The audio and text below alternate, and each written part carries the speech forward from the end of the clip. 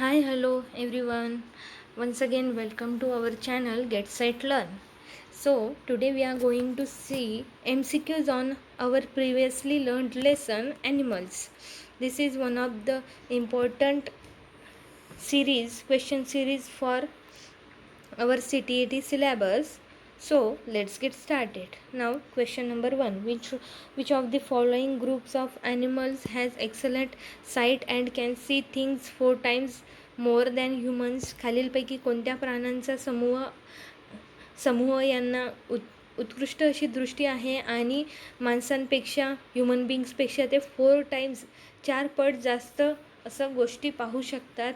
First असणार आहे snakes, silkworm, lizard. Second kites, eagles, vultures. Third bees, mosquitoes, butterfly. Fourth tigers, leopards, bulls. तर यापैकी kites, eagles and vultures म्हणजे गरुड, गिधाड यासारख्या पक्ष्यांना माणसापेक्षा 4 पट अशी चांगली दृष्टी असते. त्यानंतर पाहूया, when a snake charmer plays on his musical instrument been, the snake swings his head to and fro and from to its sound. How do you think the snake responds to the musical instrument? तर जेव्हा ते snake charmer हे musical बीन हे वाजवत असतात, तर snake हे कशामुळे त्या म्युझिकल इन्स्ट्रुमेंटला प्रतिसाद देत असतात? तर ऑप्शन पाहूया, by smelling the instrument, by hearing the sound produced by instrument, by seeing the movement of instrument, and fourth असणार आहे by responding the vibrations produced by instrument. तर यापैकी आन्सर असणार आहे by responding the vibrations produced by the instrument. तर त्या त्या वाद्यापासून तयार झालेल्या निर्माण होणाऱ्या व्हायब्रेशन्सपासून त्या कंपनांना प्रतिसाद देऊन स्नेक्स हे त्यांचे हेड मूव्ह करत असतात, त्यांची डोकीही हलवत असतात. त्यानंतर select the correct statements about snake. सापांविषयी योग्य विधाने कोणती आहेत ते निवडा. First, only 4 types of poisonous snakes are found in a country. तर फक्त 4 प्रकारचे अशी विषारी साप आपल्या देशात हे आढळत असतात. Yes, this one is correct. Cobra is poisonous variety of snakes. Yes, this one is also correct. Cobra हा विषारी प्रकारचा साप आहे. त्यानंतर poisonous snakes has 4 hollow tooth. Poisonous snakes विषारी सापाला 4 असे पोकळ दात असतात, ज्याद्वारे ते चावत असतात आणि त्याच दातांद्वारे एखाद्या व्यक्तीच्या शरीरात विष हे जात असते. तर नक्कीच हे असणार आहे चुकीचं ऑप्शन, कारण पॉयझनस स्नेकला 2 असे हॉलो टूथ असतात. फोर्थ ऑप्शनही पाहूया, medicine for snake bite is made from the snake's poison. Yes, तर सापाने चावल्यानंतर जे औषध आपल्याला त्यावर लावायचे आहे ते औषध सापाच्याच विषापासून बनवलेले असते. Yes, fourth one is also correct. तर आपले आन्सर असणार आहे first, second and fourth are correct. तर आन्सर आहे थर्ड. त्यानंतर question number 4, animal who depend on other dead animals are called. तर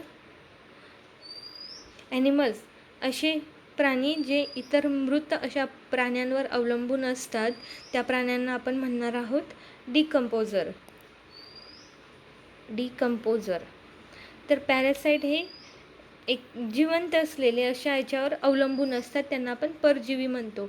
डिकम्पोजर म्हणजे विघटक म्हणजे जे मेलेल्या प्राण्यांच्या अवशेषावर जगत असतात. स्कॅव्हेंजर्स म्हणजे सफाई कामगार. आणि ऑमनिवरस म्हणजे असे जे प्लांट्सही खातात आणि प्राणी किंवा मांसाहारही करत असतात. तर आन्सर असणार आहे डिकम्पोजर. फिफ्थ पाहूया. An egret bird is often seen on a buffalo's backs. This is because the egret. तर इग्रेट नावाचा जो पक्षी आहे किंवा आपण बगळे म्हणूया, तर इग्रेट हा पक्षी बफेलोच्या बॅकवर बसलेला असतो किंवा चरणाऱ्या गुराढोरांच्या पाठीवर आपल्याला बसलेला दिसतो. तर त्याचे कारण काय असणार आहे? ऑप्शन पाहूया. Feeds on parasites on buffaloes back, feeds on insects present in the grass, loves to sing while sitting on buffaloes bags, rest after flying for a while. तर याचा आन्सर असणार आहे फीड्स ऑन पॅरासाइट्स.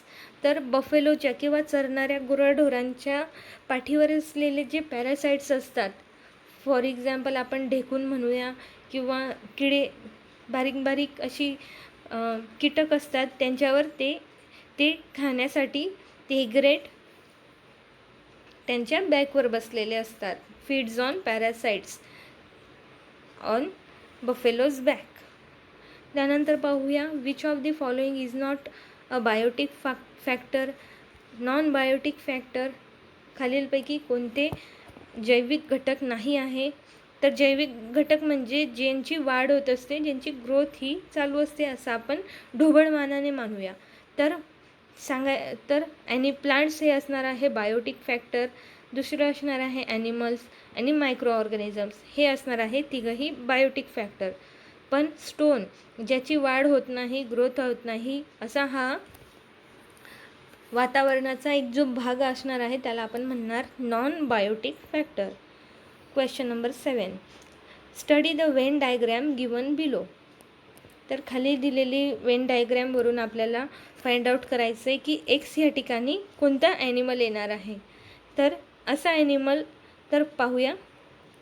असा animal जो animals that live on land, असे animal जे जमिनीवर राहतात, असे ॲनिमल जे, दुसरं असणार आहे परत असे ॲनिमल जे लाय एग्स, जी अंडी घालतात, आणि तिसरं असणार आहे जे पाण्यामध्ये सुद्धा राहतात. तर अशी तिन्ही प्रकारची वैशिष्ट्ये असणारा ॲनिमल कोणता असणार आहे? ऑप्शन्स पाहूया. क्रोकोडाईल, ईल, शार्क, फिश. तर यापैकी आपल्याला माहिती आहे क्रोकोडाईल हा पाण्यातही राहतो आणि जमिनीवरही राहतो. त्याचबरोबर क्रोकोडाईल हा रेप्टाईल्स या प्रकारातला असल्यामुळे किंवा अंडी घालत असतो, म्हणून एक्सच्या या ठिकाणी असणार आहे क्रोकोडाईल. त्यानंतर which one of the following pairs of life processes occurs both in plants and animals. तर खालीलपैकी वनस्पती आणि प्राणी या दोघींमध्ये आढळणारे लाईफ प्रोसेस, जैविक प्रक्रिया किंवा जीवन प्रक्रिया खालीलपैकी कोणती जी प्राण्यांमध्ये आणि वनस्पतींमध्ये देखील आढळत असते. तर पाहूया. Growth and food making. तर ग्रोथ ही प्रत्येकामध्येच होत असते, पण फूड मेकिंग हा एक फक्त प्लांट्समध्ये होणारी प्रक्रिया आहे. त्यानंतर असणार आहे रिप्रोडक्शन अँड फूड मेकिंग. तर रिप्रोडक्शन म्हणजेच प्रजनन संस्था किंवा पुनरुत्पादन, आणि फूड मेकिंग, तर हे दोघी रिप्रोडक्शन प्राण्यांमध्येही असतं, प्लांट्समध्येही, पण फूड मेकिंग फक्त प्लांट्समध्ये असते. त्यानंतर रिप्रोडक्शन अँड जर्मिनेशन. तर प्रजनन संस्था किंवा पुनरुत्पादन प्राण्यांमध्येही आणि वनस्पतींमध्येही, आणि जर्मिनेशन म्हणजे अंकुर येणे किंवा कोंब फुटणे. तर ही प्रक्रिया असणार आहे फक्त प्लांट्समध्ये. नंतर नेक्स्ट पाहूया. Growth and reproduction. तर वाढ आणि प्रजनन संस्था किंवा पुनरुत्पादन. तर ह्या जो दोन प्रक्रिया आहेत त्या आपल्याला ॲनिमल्समध्येही आढळेल आणि प्लांट्समध्येही आढळणार, म्हणून आपले आन्सर असणार आहे 4th ग्रोथ अँड रिप्रोडक्शन. त्यानंतर earth. Which of the following is are farmers friends. खालीलपैकी कोणाला शेतकऱ्यांचे मित्र म्हणून संबोधले जाते? Earthworm, rats, snakes, 1 and 3.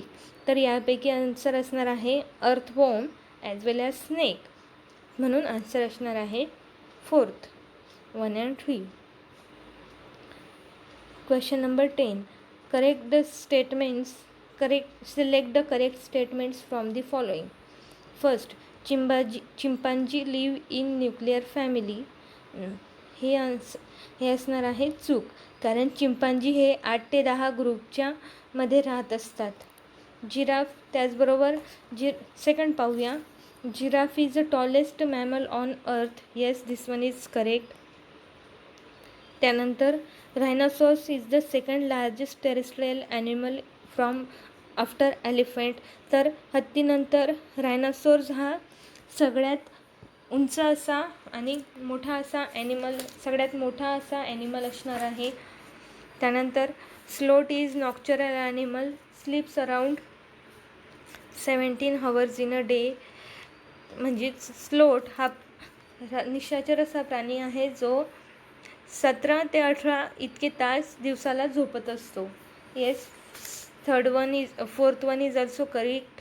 तर यापैकी आपले आन्सर असणार आहे second, third and fourth are correct. म्हणून आन्सर असणार आहे. यामध्ये तसं दिलेलं नाही आहे, म्हणून आपण सपोज करूया किंवा second, third and fourth are correct. Next, the different patterns on a skin of animals are. तर ॲनिमल्सचे स्किनचे डिफरंट पॅटर्न असतात. सपोज बियर्स असणार केसाळलेला प्राणी, त्याचबरोबर याक असेल केसाळलेला प्राणी. पुन्हा एक ऑप्शन असलं उंट पाहिला तर उंटाची स्किन ही वेगळी असते. तर हे जे डिफरंट पॅटर्न असतात ते कशामुळे असतात? ऑप्शन्स पाहूया. An indication of their physical strength, due to reflected light, due to hair on their skin and due to weather conditions they live in. तर ऑप्शन असणार आहे फोर्थ वन. उदाहरण घ्यायचे झाले तर याक हा थंड प्रदेशात, बर्फाळ प्रदेशात राहणारा प्राणी असतो. त्यांना स्वतःचे बॉडी टेम्परेचर मेंटेन करण्यासाठी त्यांच्या शरीरावर हे केस असतात किंवा ते केसाळलेले प्राणी आपण त्यांना म्हणत असतो. त्याचबरोबर उंटाची त्वचा ही वेगळी असते. त्यांना ते जे वाळवंटीय प्रदेशात राहत असतात त्यानुसार त्या बॉडी टेम्परेचर मेंटेन करण्यासाठी त्यांची स्किन तशी असते. त्यानंतर पाहूया. Read the following description of an animal and identify it. तर डिस्क्रिप्शन पाहूया आणि त्यावरून आपल्याला ॲनिमल कोण आहे तो ओळखायचं आहे. It looks like a bear but it is not. हा बियरसारखा दिसतो पण तो बियर नाही आहे. It spends almost 17 hours a day in a sleeping. दिवसातील 17 ते 18 तास तो झोपत असतो. While hanging upside down on tree branch. It lives off the same tree on which it lives about 40 years. तर असे वैशिष्ट्य असलेले प्राणी कोणते असणार आहे? ऑप्शन्स पाहूया. चिंपांझी, पांडा, स्लोथ, लंगूर. तर यापैकी आन्सर असणार आहे स्लोथ. हा प्राणी असा आहे जो नॉक्चरल आहे, निशाचर आहे. दिवसाला 17 ते 18 तास झोपत असतो. त्याचबरोबर 40 वर्षे इतकी त्याची लाईफ स्पॅन असते. नंतर पाहूया. In the villages of Bihar many farmers do bee keeping and collect honey to earn extra money. The best time to start bee keeping in. तर बिहार या राज्यामध्ये फार्मर्स हे बी कीपिंग मधुमक्षी पालन करत असतात.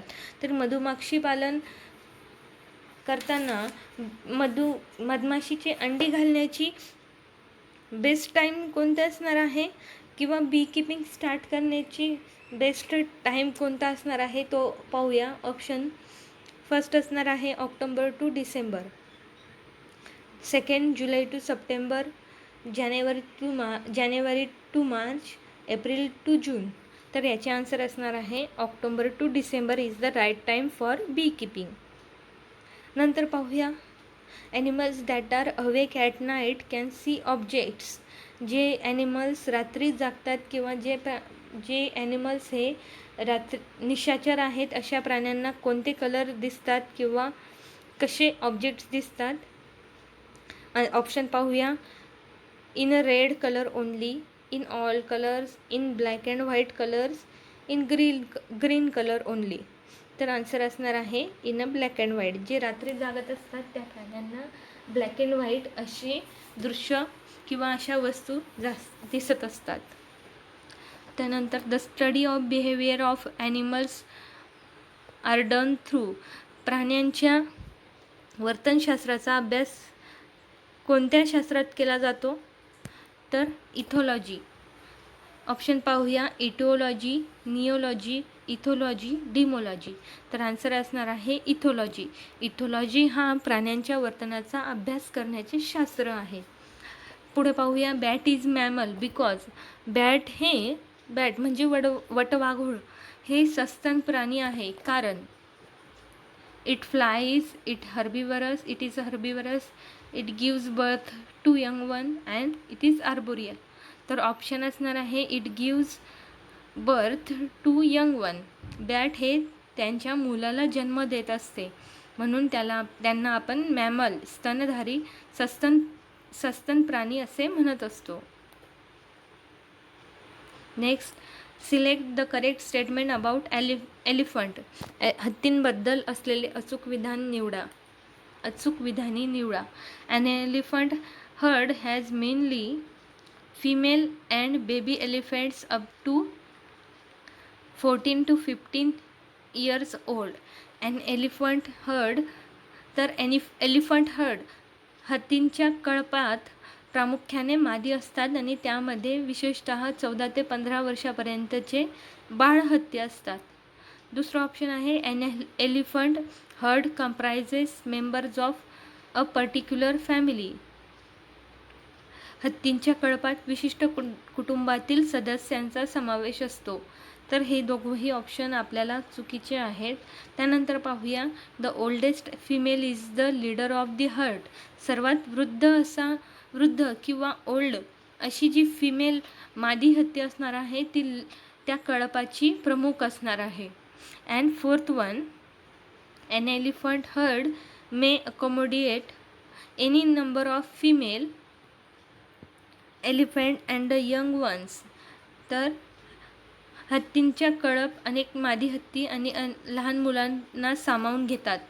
तर which of the following statement are correct. तर वरीलपैकी थर्ड अँड फोर्थ हे ऑप्शन करेक्ट असणार आहे. कारण आपल्याला माहितीच आहे लीडर जी सगळ्यात वृद्ध अशी मादी हत्ती असणार आहे ती त्यांच्या कळपाचा लीडर असतो. त्याचप्रमाणे त्यांच्या हर्डमध्ये, त्यांच्या कळपामध्ये कितीही असे नंबर ऑफ फिमेल एलिफंट आणि यंग असे हत्ती बाळ हे असू शकतात. पुढे पाहूया. The birds move their neck very often because. पक्षी हे त्यांची मान वारंवार किंवा कमी प्रमाणात जास्त हलवत असतात का? कारण ऑप्शन पाहूया. Their ears are covered with feather. Second, they can fly. Third, birds' eyes are fixed. Fourth, birds have small eyes. तर ऑप्शन पाहूया. The birds eyes are fixed हे ऑप्शन असणार आहे करेक्ट. पक्ष्यांच्या डोळ्यांची किंवा आईजची पोझिशन ही फिक्स असल्यामुळे त्यांना वारंवार मान ही वळवावी लागते विविध डायरेक्शनला पाहण्यासाठी. त्यानंतर पाहूया. If a grasshopper is eaten by a frog. जर ग्रासहोपर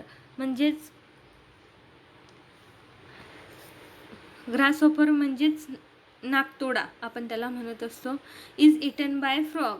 नाकतोड्याला जर फ्रॉगने खाल्ले then energy transfer will be from. तर